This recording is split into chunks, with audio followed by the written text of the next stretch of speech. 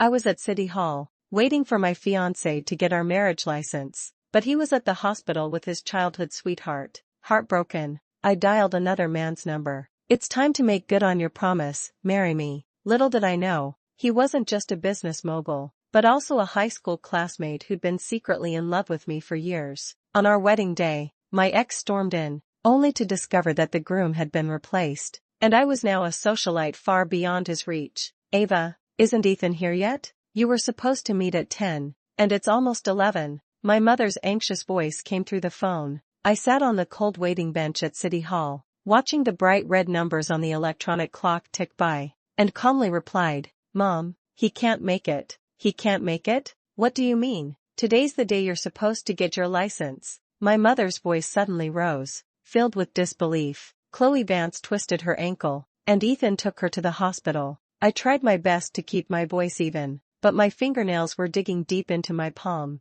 Chloe Vance, Ethan Scott's childhood friend, the woman who haunted my love like a ghost. There was a long silence on the other end of the line, followed by my mother's barely suppressed anger. It's her again. Ava, are you even going to go through with this wedding? Does he even care about you at all? I closed my eyes, a wave of exhaustion washing over me. This wasn't the first time he'd bailed. Anniversaries, my birthday, even the trip we'd planned ages ago. Every time, if Chloe so much as sneezed, Ethan would find a reason to cancel. And that reason was almost always Chloe. At first, I'd get angry, I'd argue, but after a while, all that was left was numbness, like a dull knife sawing at flesh. It hurts like hell at first, but then the wound goes numb, and you can't feel the pain anymore. Mom, I know what I'm doing. I interrupted my mother's rant softly. You know? What do you know? Do you know the whole city is waiting to see our family make a fool of themselves? My mother was exasperated. What's the Scott family's attitude?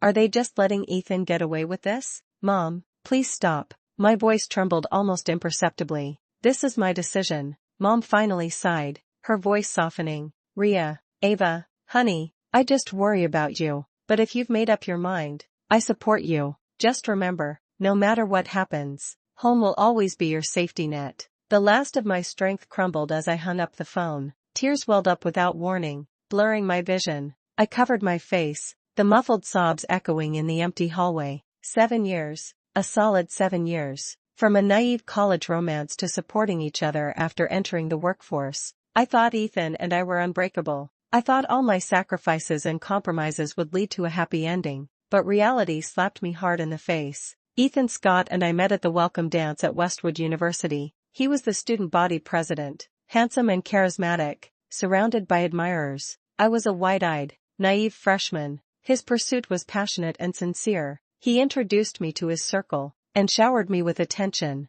We quickly fell in love, becoming the campus's golden couple. After graduation, we happily got engaged. The Scotts were a prominent family in the area, their business interests spanning multiple industries. As the family heir, Ethan's future was limitless. Our union was seen as a powerful alliance. The engagement party was grand and lavish, dressed in a magnificent gown. I held Ethan's arm, basking in everyone's blessings. In that moment, I truly believed I was the happiest woman in the world. The bubble of happiness was ruthlessly burst when Chloe Vance returned home. Chloe was Ethan's childhood friend, supposedly an orphan from a fallen family. She had been taken in by the Scotts and raised alongside Ethan since she was little, and they shared a deep bond. She went abroad for her studies, and she wasn't present when we got engaged. Until 6 months ago, she suddenly returned. Her arrival was like a stone thrown into a calm lake, sending ripples everywhere. Ethan began to get busy. He spent less and less time with me,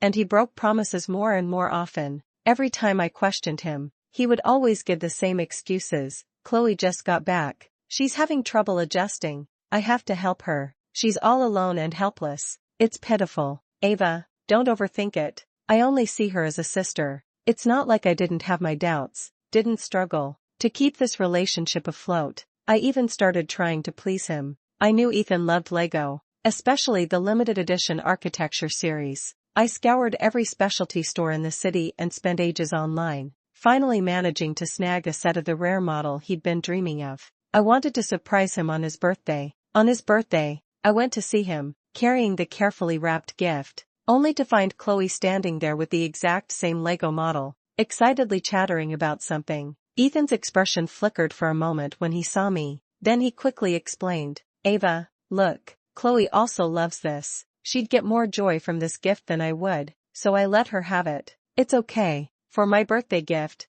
you can get me anything, and I'll love it. Chloe hugged the Lego, giving me an innocent yet boastful smile. Ava, thank you for finding such a great gift. Ethan is so good to me. In that moment, a piece of my heart quietly crumbled, but looking at Ethan's gentle coaxing, listening to his solemn vows that he only loved me, I chose to believe him again, chose to compromise. I told myself he was just too caring, too kind. The real turning point happened 3 months ago, during that hiking trip. It was our 6-month engagement anniversary, and Ethan suggested we go hiking in the countryside with friends to relax. Chloe, of course, came along. On the way down the mountain, Chloe, who was ahead of me, suddenly slipped, screaming as she fell backward. Instinctively, I reached out to help her, but she bumped into me hard, throwing me off balance, and I tumbled down the steep slope beside the trail. A sharp, searing pain shot through my entire body. I felt like my arm was broken. My arms and legs were scraped raw by the rough rocks. A bloody mess. By the time our friends managed to pull me back up, Chloe was leaning against Ethan, tears streaming down her face, sobbing, Ethan, I'm so sorry. I didn't mean to. Ava pushed me, and that's why I lost my balance. I struggled, trying to explain. No, it wasn't like that. She did it herself. Enough, Ava, Ethan snapped, cutting me off. His eyes were filled with disappointment and impatience. Chloe is terrified. Can't you just say less? I know you don't like her, but there's no need to act like this. He didn't even glance at my bleeding wound. He just carefully examined Chloe's sprained ankle, then scooped her up in his arms, saying to the others, Chloe's hurt. I'm taking her down the mountain to the hospital. Take care of Ava. And just like that, he carried Chloe away, without even looking back. Sunlight filtered through the leaves, dappling the ground, but it couldn't penetrate the icy core of my heart. My friends surrounded me, their voices a jumble of comforting words, tending to my wounds, but I couldn't focus on anything, just felt a bone-deep chill. I refused their offered arms, gritting my teeth and stumbling down the mountain alone. The throbbing pain of my injuries, the crushing exhaustion, and the vast despair in my heart washed over me in relentless waves. I don't know how long I walked, but my vision started to blur, the world spinning. Finally, I couldn't hold on any longer, and I collapsed. Before my consciousness completely faded, I thought I heard a clear, familiar voice calling my name. Ava? Ava Ning? That voice, I knew it. Liam Knight. Liam Knight. Scott. Ethan. Scott. Liam Knight. Scott. More importantly, I needed a husband, one I could marry right now. Someone to silence the wagging tongues, protect my reputation and the Ning family name, and completely sever any lingering possibility between Ethan Scott and me. Taking a deep breath, I scrolled through my contacts to a number I'd almost never dialed. My finger hovered for a few seconds before finally pressing the call button. The phone was answered almost immediately. A deep, composed voice came through the speaker. Ava? He still had my number saved, and recognized my voice right away. I steadied myself, trying to keep my voice calm. Liam Knight, this is Ava Ning. Do you remember what you told me? You said you owed me a favor. There was a pause on the other end, followed by his firm voice. I remember. Tell me what you need. I'm at City Hall right now, and I need you to come here and honor your promise. I paused, enunciating each word carefully. Marry me, now. There was another short silence on the other end of the line, even longer than before, so long that I almost thought he was going to refuse, or at least ask why. Yet, all he said was a single word, okay. Immediately after, he added, 15 minutes, wait for me. No questions asked, no hesitation, just the simplest agreement and the quickest action. Hanging up the phone, I stared at the screen, my heart a tangled mess of emotions. 15 minutes, not a second more,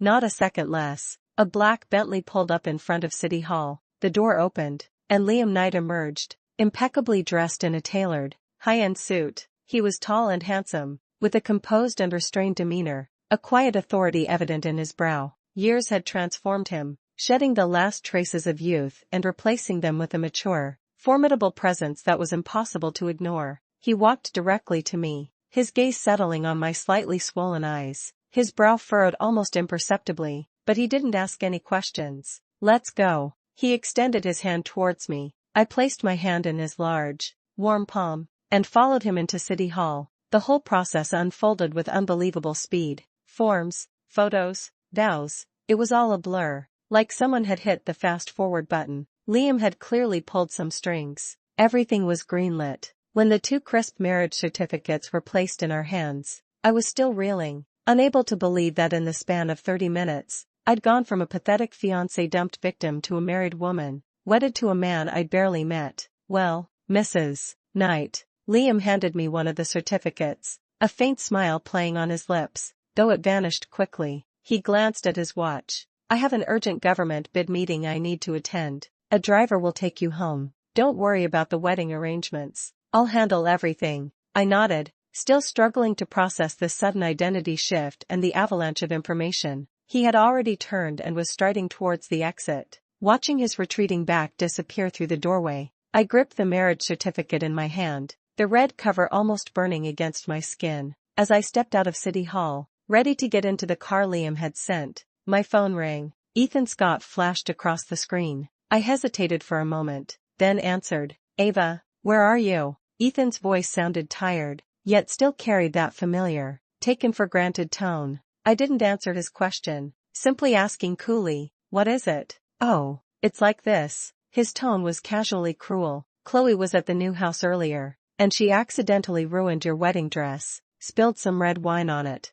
I don't think it'll come out, and since we still have time, let's just call off the wedding for now. We can pick out a new dress another day. The new house, the home we carefully chose and decorated, ready to start our new life in. And now, Chloe Vance is making herself at home, ruining my wedding dress. Ethan Scott, my ex-fiancé, is informing me that the wedding is off with such a nonchalant tone. The last vestige of warmth in my heart flickered and died. So, he never intended to get our marriage license today. Even our wedding could be cancelled or postponed on a whim. As far as he was concerned, I couldn't bear to listen anymore. I hung up immediately and blocked his number. Just before I hung up, I distinctly heard Chloe's saccharine voice on the other end of the line. Ethan, your tie's crooked. Let me fix it. You'll be gone to North America for days. Is your luggage all packed? Then Ethan's soothing voice. Okay, don't worry. I'm coming back, aren't I? They have the best doctors over there. Your foot will definitely heal. How could I abandon you? But Chloe,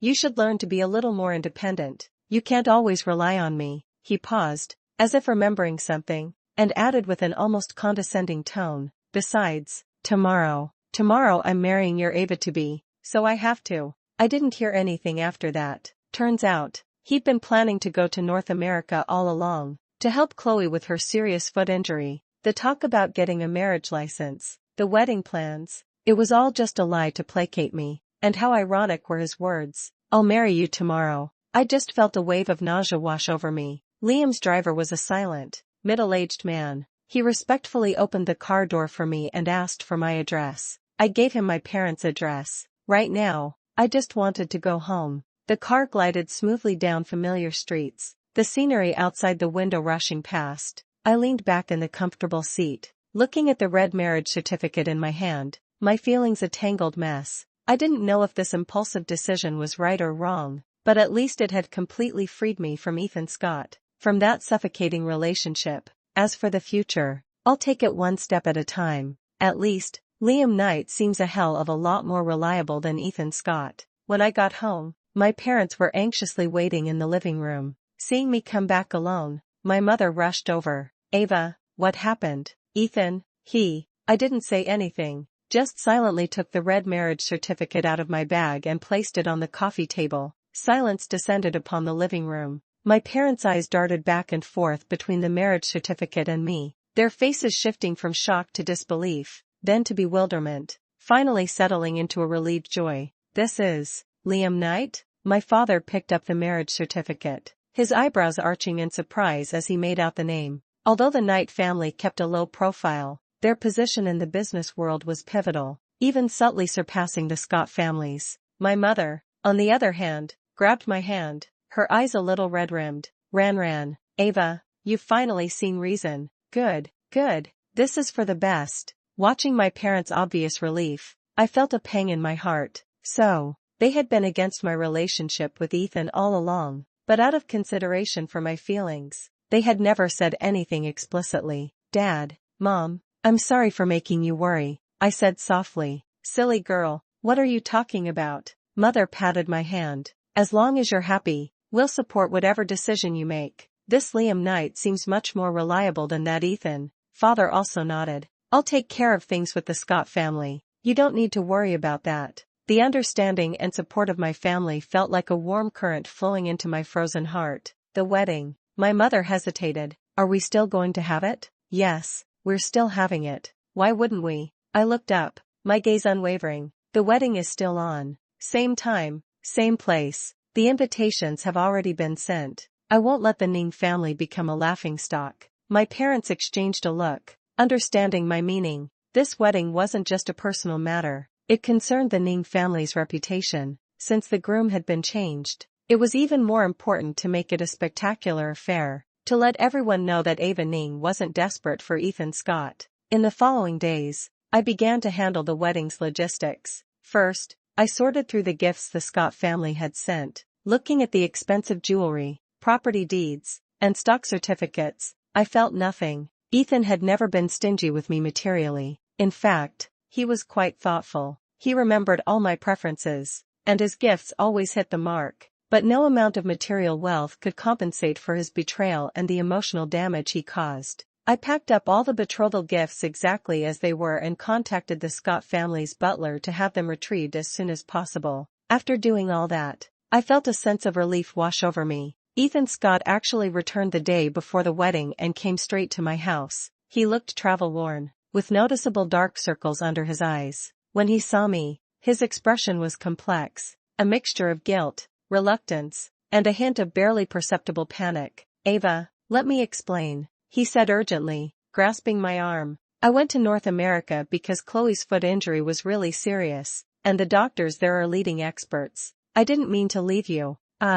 I calmly pulled my hand away. "Ethan, we're done." "We're not done," he retorted, agitated. "Ava, I admit I handled things badly. I shouldn't have stood you up on the day we were supposed to get our marriage license. Shouldn't have left you to face everything alone. But I swear to God, I only love you. Chloe is like a sister to me. Always will be. Once she's healed, once I've settled her, He was interrupted again. It was his phone ringing, the screen displaying, "Chloe Vance." He glanced at the phone, then at me, his eyes shifting nervously. "Ethan, what's taking you?" "The flight's about to board." Chloe's anxious voice crackled through the phone, the airport announcements buzzing in the background. So, he wasn't coming back to see me at all. He just stopped by for a quick explanation on his way to the airport. Ethan abruptly ended the call, a flicker of embarrassment and impatience crossing his face. He stepped forward, pulling me into a tight hug. "Ava, wait for me. When I come back,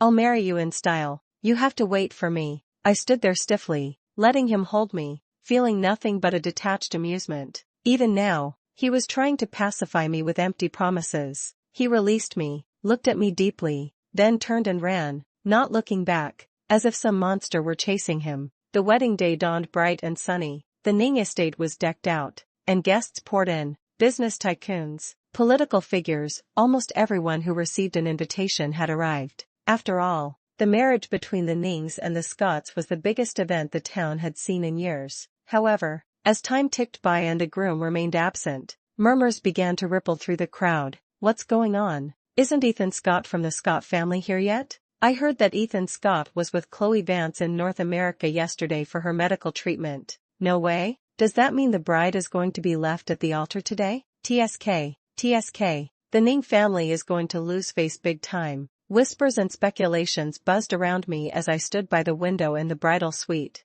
watching the elegantly dressed crowd mingle in the garden. I felt strangely calm. My mother approached, her face etched with worry, and gently squeezed my hand. "Ava, maybe we should." I shook my head, offering her a reassuring smile. Just then, the MC's voice boomed, announcing the start of the ceremony. The murmur in the garden instantly died down. All eyes turned to the end of the red carpet, awaiting the groom's arrival. However, it wasn't Ethan Scott walking down the aisle as everyone expected. Liam Knight, dressed in a custom-made black velvet groom's robe, with intricate dragon patterns embroidered in gold thread, looked strikingly handsome and radiated extraordinary confidence. He walked steadily to the center of the red carpet, picked up the microphone, and scanned the entire room with his gaze, his voice clear and strong. "Thank you, everyone, for being here today to attend the wedding of Ava Ning and myself." That single sentence was like a thunderclap, instantly shocking everyone in attendance. Everyone was stunned, exchanging bewildered glances, unable to believe what they'd just heard. What? The groom isn't Ethan Scott? Liam Knight from Knight Industries? When did he and the eldest Miss Ning get together? What on earth is going on? Liam ignored the shock and murmurs rippling through the crowd. His gaze cut through them all, landing on me. A gentle smile played on his lips as he reached out his hand. Under the weight of everyone's stares, I gathered my skirts and walked toward him, one deliberate step at a time. The wedding ceremony proceeded smoothly, while the last-minute groom swap had everyone reeling. Liam Knight's presence and sheer power were enough to command the room. No one dared cause a scene at the wedding of such a business magnate. It was a grand wedding, a fusion of Eastern and Western traditions, and the elaborate rituals and obligatory socializing left me utterly exhausted. Finally, after seeing off the last of the guests, I practically collapsed onto the plush king-sized bed in the bridal suite. Liam walked in, shrugged off his jacket, and sat on the edge of the bed. He looked at my exhausted state, his eyes softening. "Rough day, huh?" I nodded. "I'm sorry you had to go through that today," he murmured. I shook my head. "I should be thanking you. Without him, I'd probably be the laughingstock of the entire city right now." The room fell silent, the atmosphere thick with unspoken tension. After all, we were married in name only, strangers bound by law. "Get some rest," Liam said, standing. "You take the bed, I'll take the couch." "No, that's all right," I blurted out instinctively, then immediately regretted it. He chuckled softly, a hint of reassurance in his smile. "We have plenty of time. There's no rush. I'll wait until you're ready." His thoughtfulness and respect were exactly what I needed after a stressful day. My tense muscles finally began to relax. Maybe marrying him wouldn't be such a bad idea after all. I closed my eyes and quickly drifted off to sleep. When I woke up the next morning, I found myself nestled against Liam's solid arm, practically curled up in his embrace. Sunlight filtered through the sheer curtains, casting soft shadows on his sharply defined profile. My face flushed crimson instantly, and I scrambled to get out of his arms. My movement startled him awake. He opened his eyes, and seeing my flustered expression, chuckled softly, his chest vibrating gently. "Good morning, Mrs. Knight." His voice was laced with a sleepy huskiness that was incredibly sexy. "Morning," I stammered, lowering my gaze, unable to meet his eyes. He didn't tease me further. He released his hold on me, allowing me to sit up. "Get ready, I'm going to show you something," he said. I followed him out of the bedroom, a question mark hanging over my head, and onto the balcony. He pointed to the familiar villa next door. "Like it? It's our new place." I was stunned. Next door? That was the Ning family home, where I'd grown up. He actually bought our marital home right next to my childhood house? "This way. If you ever miss home, you can visit anytime." He saw my surprised expression and explained, "Of course, if you don't like it here, we can always move." I looked into his earnest eyes, and a wave of warmth washed over me. We hadn't known each other long, but this man was finding ways to quietly care for my feelings. The shadows of the past seemed to be slowly fading away. Maybe I really can let go and try to make this unexpected marriage work with him. Married life has been peaceful and warm. Liam is busy and often travels for work, but whenever he's home, he always makes time for me. We eat together, go for walks, watch movies, getting to know each other little by little, just like any ordinary couple. The more time we spend together, the more I appreciate his thoughtfulness and consideration. He never interferes with my work or social life, but he's always there to offer support when I need it most. One evening, as we were cuddled up on the couch watching a movie, I finally couldn't resist asking the question that had been swirling in my mind. "Liam, why did you agree to marry me in the first place? Was it just because of that promise?" He switched off the TV, turned, and looked at me intently, his gaze deep and serious. "The promise is part of it." He paused, then spoke slowly,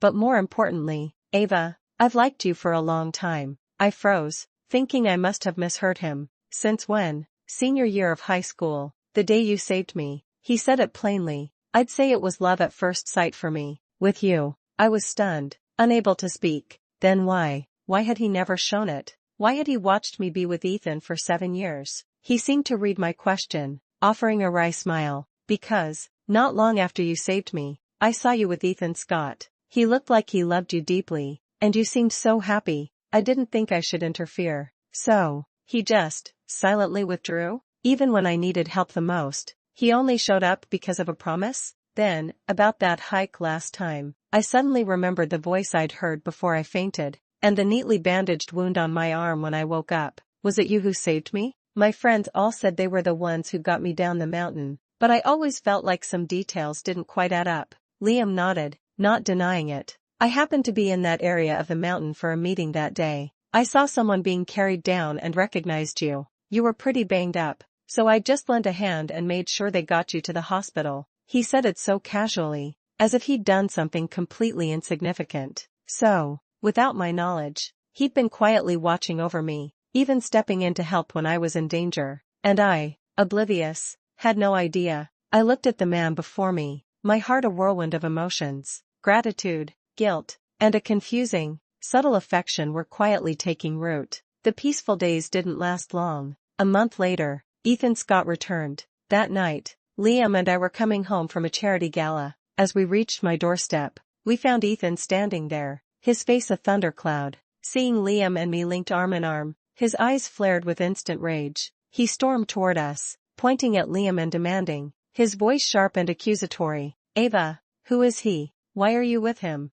Liam stepped forward, subtly shielding me behind him, his eyes icy as he looked at Ethan. "Mr. Scott, I don't think you have any right to question my wife." "Your wife?" Ethan scoffed, as if he'd heard the joke of the century. "Liam Knight, don't play dumb. Ava is my fiancée. We're getting married soon." "Oh?" Liam raised an eyebrow, a hint of mockery in his voice. "As far as I know, Mr. Scott abandoned his fiancée a month ago to run off to North America for your dear sister, Chloe Vance." "What? Did your dear sister's foot heal?" Ethan's face paled instantly. He clearly hadn't expected Liam to be so well informed about his affairs. "Ethan Scott," I finally said, my voice calm but with an undeniable firmness, "you and I are over. I am now Liam Knight's wife, and we are legally married." As I spoke, I raised my left hand, the simple yet brilliant diamond ring on my ring finger flashing with a cold light in the night. Ethan's gaze was fixed on the ring, his body swayed,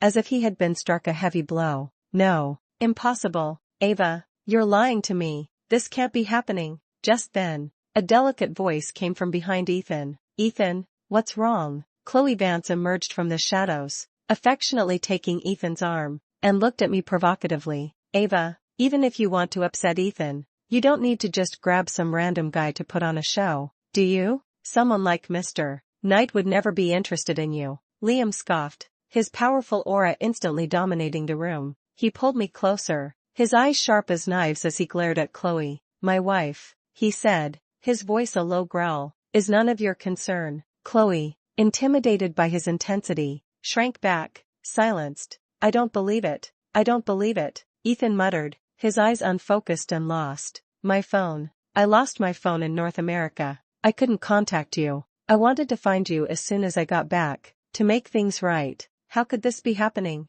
He seemed unable to accept this harsh reality, overwhelmed by his emotions. His vision blurred, and he collapsed backward, falling straight to the floor. "Ethan!" Chloe shrieked, catching him as he stumbled. I watched the chaotic scene unfold before me with cold indifference. Unmoved, Liam took my hand. "Let's go home." I nodded and followed him, turning away and stepping inside, shutting out the drama behind me. As the door clicked shut, I made it clear to myself, and to Liam, I'm not looking back. He squeezed my hand, his voice low. "I know." Ethan Scott wasn't ready to give up. After waking up in the hospital, he ignored Chloe's protests and came to see me several more times. He looked worn and haggard, apologizing to me sincerely, recounting our past happiness, trying to rekindle our old feelings. He even attacked Liam, saying Liam's background was complicated, that he was too calculating, and that he definitely had ulterior motives for getting close to me, warning me not to be fooled by him.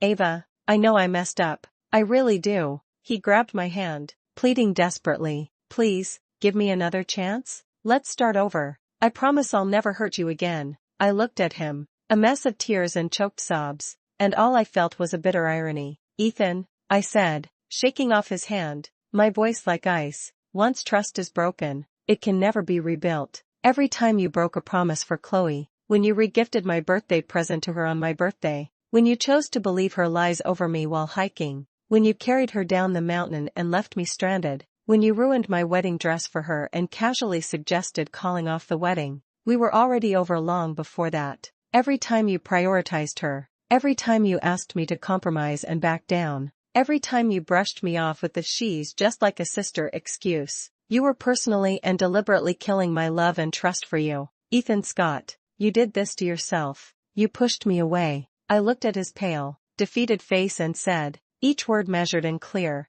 I'm married now, and I'm very happy. Please don't bother me again. With that, I turned away, unable to bear the sight of his despair. Ethan's entanglement didn't last long. Soon, the truth about Chloe Vance was brought to light. It turned out her supposed severe foot injury was a complete fabrication. She'd bribed a doctor to forge medical records and test results, all to trick Ethan into taking her to North America and driving a wedge between us. And during her time at the Scotts, she wasn't nearly as innocent as she seemed, engaging in behind-the-scenes manipulation and self-serving actions. Presented with all the evidence, Ethan finally saw Chloe's true colors. In a fit of rage, he completely cut ties with her and used the Scott family's influence to blackball her. Without her benefactor, Chloe Vance quickly vanished from the city. Ethan Scott, due to poor judgment of character, mishandling of emotional issues, and the negative impact this whole affair had on the Scott family's reputation, was ordered by the family elders to be demoted to one of their subsidiary companies for experience,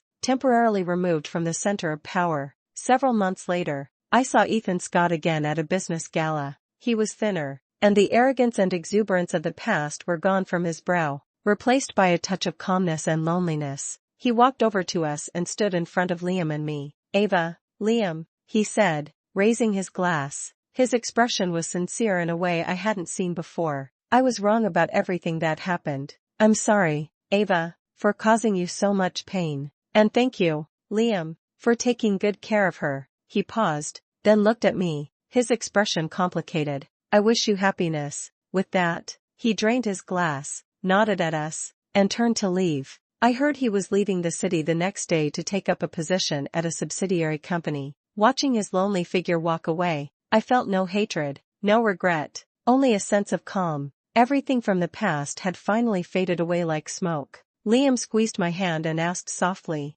"Are you okay?" I turned back, offering him a smile of relief. "Yeah, it's good," he smiled, taking my hand as we walked towards the other side of the ballroom. The lights sparkled, illuminating our intertwined hands, and reflecting our hopeful future. Deep in the night, I lay nestled in Liam's arms, fast asleep. Liam gently set down his tablet, the screen still displaying an investigative report about Chloe Vance's ultimate fate, sent from an anonymous email address. He picked up his phone and dialed a number. "Everything's taken care of?" His voice was deep, laced with a subtle, almost imperceptible chill. A respectful voice echoed from the other end of the line. "Yes, Mr. Knight, as per your instructions." All the evidence was conveniently delivered to Ethan Scott right on schedule. Chloe Vance is now utterly discredited, and her career in the industry is finished. "Excellent," Liam said coolly. "Tidy up the loose ends. Leave no trace." He ended the call, turning his head to gaze at me, sleeping soundly. His eyes were filled with tenderness and satisfaction.